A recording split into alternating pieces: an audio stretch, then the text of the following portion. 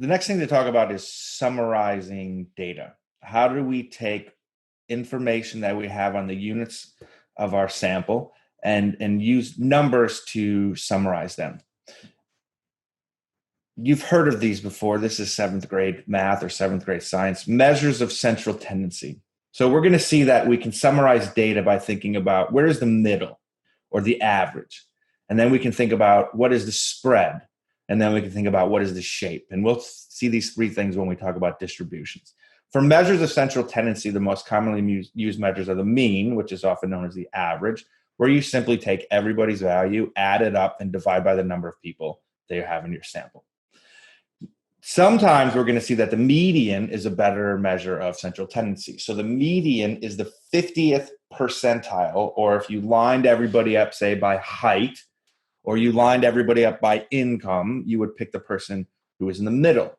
You might realize that if you have somebody in your class who makes a ton of money, maybe Elon Musk, the average income, the mean income, will be very high and won't be representative of the average person. But if you simply lined everybody up by income and grab the person who's right in the middle, even if Elon Musk comes walking through that door, the median income doesn't change that much. The mode is a measure of central tendency that is best used when you have a categorical variable. So what is the average person in this class, male or female? We could say what is the most commonly occurring measure. So technically all of these are average, but we would use a different one depending on what type of variable we have, and then also what is the distribution of that variable.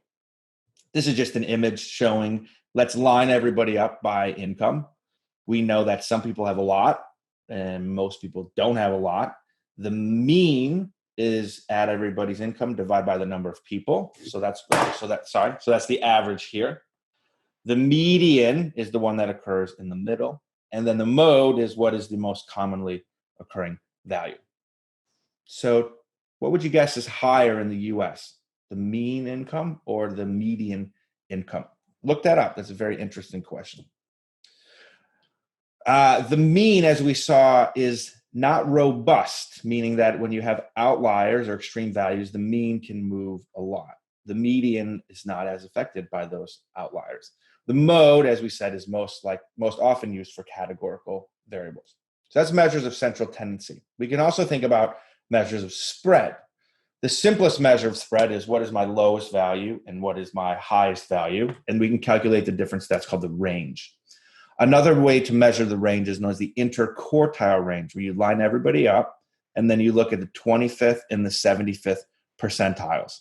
This gives you a little sense of where is the middle, where is the bulk of the distribution. Half the people are in between the 25th and the 75th percentile. Then we have this idea of the variance. So for the variance, what you do is you take each point and you see how far away that point is from the mean. So we might do something like this.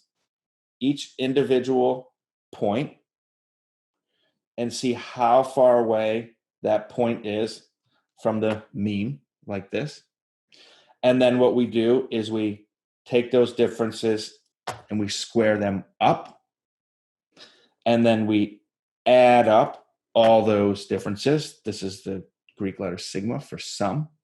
And then we divide by the number of points minus 1. And we'll spend more time thinking about that. This is known as the variance. The standard deviation is when you actually take the square root of this number. And the standard deviation quantifies how spread out the points are around the mean. The last thing that you see for measures of spread is the coefficient of variation. And what we do here is we take the standard deviation and then you divide it, the standard deviation divided by the mean, and then you multiply it by 100. This is commonly used when you compare across other variables. So a little more detail on these specific things. The range we might use to check for errors in the data sets, and it is very sensitive to outliers. If you have a very high or a very low value, that will obviously change your range. The interquartile range is based on the percentiles. So again, you line people up and then you say what percent of my people are below a certain value or above a certain value. We saw that the median is defined as the 50th percentile. And then these upper and lower quartiles are the 25th and 75th percentile. And the difference between those two is the interquartile quartile range. The variance and standard deviation we saw are used to quantify the spread in a single number. And then the coefficient of variation can be used. It's a unitless measure that can be used to compare across different variables. So again, when you're thinking about summarizing variables, we want to think about the measure of central tendency, some measure of spread, and then we'll get into soon looking at distributions and seeing the shape of the variable.